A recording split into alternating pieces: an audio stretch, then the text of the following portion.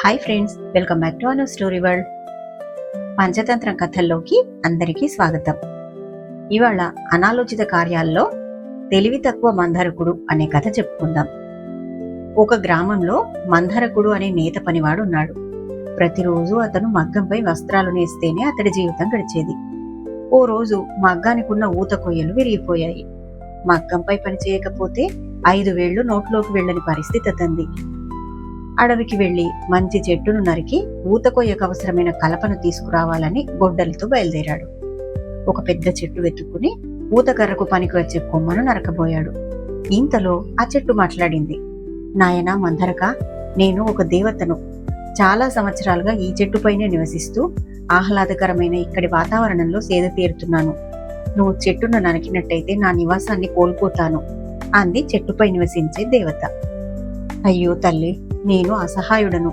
నా మగ్గం ఊతకర్ర విరిగిపోయింది. ఊతకర్ర తయారు చేసుకోవడానికి కలప కావాలి. మగ్గమే నా జీవనాధారం. నన్నేం చేయమంటావు అని ప్రశ్నించాడు మంధరకుడు. నీ సమస్యను నేను తీరుస్తాను. ఈ చెట్టును నువ్వు నరకకపోతే నీకు వరం ఇస్తాను, కోరుకో అంది దేవత. అమ్మ, నేను ఇంటికి వెళ్ళి ఏ వరం కోరుకోవాలో నా భార్యను అడిగి వస్తాను అని ఇంటికి బయలుదేరాడు. దారిలో అతడికి తన స్నేహితుడైన ఒక క్షురకుడు ఎదురయ్యాడు. మంధరకుడు అతనితో మాట్లాడుతూ, మిత్రమా, ఒక దేవత వరమిస్తానంది, ఏం కోరుకోమంటావని అడిగాడు. ఒక రాజ్యానికి రాజు కావాలని కోరుకో. పనిలో పనిగా నేను నీకు మంత్రిగా ఉండి మంచి మంచి సలహాలు ఇస్తాను. ఇద్దరం హాయిగా జీవిద్దాం అన్నాడు ఆ క్షురకుడు. లేదు మిత్రమా, నేను మా ఆవిడ సలహాను కూడా తీసుకుని ఏం వరం అడగాలో ఆలోచిస్తాను అన్నాడు మంధరకుడు. ఆడపెత్తనం బోడిపెత్తనం అంటారు. ఆడవాళ్ళకి ఏం తెలుసని ఆమె సలహా అడుగుతావు అని గేలి చేశాడు క్షురకుడు. ఏదేమైనా సరే నా భార్య సలహా తీసుకోవాల్సిందే అని చెప్పి ఇంటికి బయలుదేరాడు మంధరకుడు. ఇంటికి వెళ్ళిన తర్వాత భార్యతో విషయం చెప్పాడు. అలాగే క్షురకుడి అభిప్రాయం కూడా చెప్పాడు. ఆ క్షురకుడికి ఏం తెలుసులే, అతడు తెలివి తక్కువవాడు. సలహా ఇవ్వడానికి నీకు భలేవాడు దొరికాడు కదా అని మంధరకుడి భార్య గేలి చేసింది. సరే, ఇప్పుడు నన్ను ఏం వరం కోరుకోమంటావో చెప్పు అని భార్యను అడిగాడు మంధరకుడు. నీకున్న 2 చేతులు, ఒక తలతో పనిచేస్తూ మనం జీవనం సాగిస్తున్నాము.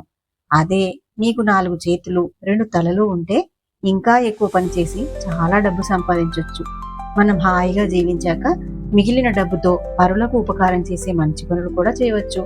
కాబట్టి నువ్వు దేవత వద్దకెళ్ళి మరో 2 చేతులు, ఇంకో తల ఇవ్వమని కోరుకో అని సలహా ఇచ్చింది భార్య. వెంటనే నేత పనివాడు చెట్టు వద్దకు వచ్చి భార్య సలహా ఇచ్చినట్టుగా తనకు మరో 2 చేతులు, ఇంకొక తల ఇవ్వమని కోరాడు. దేవత తథాస్తు అన్నది. ఆ క్షణం నుండి నేత పనివాడికి మరో తల, 2 చేతులు పుట్టుకొచ్చాయి. ఆహా, ఏమినా అదృష్టము అని నేత కార్మికుడు ఆనందంగా ఇంటికి బయలుదేరాడు. దారిలో అతన్ని ప్రజలు చూసి భయపడిపోయారు. 4 చేతులు, 2 తలలతో వింతగా కనిపించిన మంధరకుణ్ణి ఏదో భూతమో దయ్యమో అనుకుని రాళ్లతో కొట్టారు. ఆ దెబ్బలకు శరీరం అంతా రక్తం కారి బాధతో మంధరకుడు చనిపోయాడు. దేవత వరమిస్తానని చెప్తే చక్కటి వరం కోరుకోకుండా తన అనాలోచిత చర్యల వల్ల మంధరకుడు ప్రాణాలు కోల్పోవలసి వచ్చింది.